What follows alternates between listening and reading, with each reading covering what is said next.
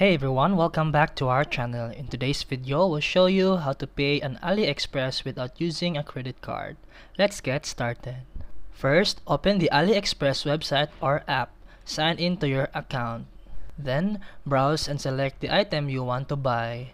Then click Buy Now or add it to your cart and proceed to checkout. Once in the checkout section, you will see different payment options. Then click on View More to see all available payment methods.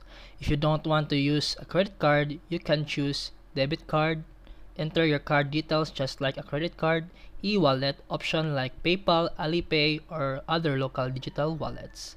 Bank transfer, some countries offer different bank payments. Then enter the required details and confirm your payment. And that's it for today's video. Now you know how to shop on AliExpress without needing a credit card. If this video helpful, don't forget to like and subscribe for more videos. See you in the next one.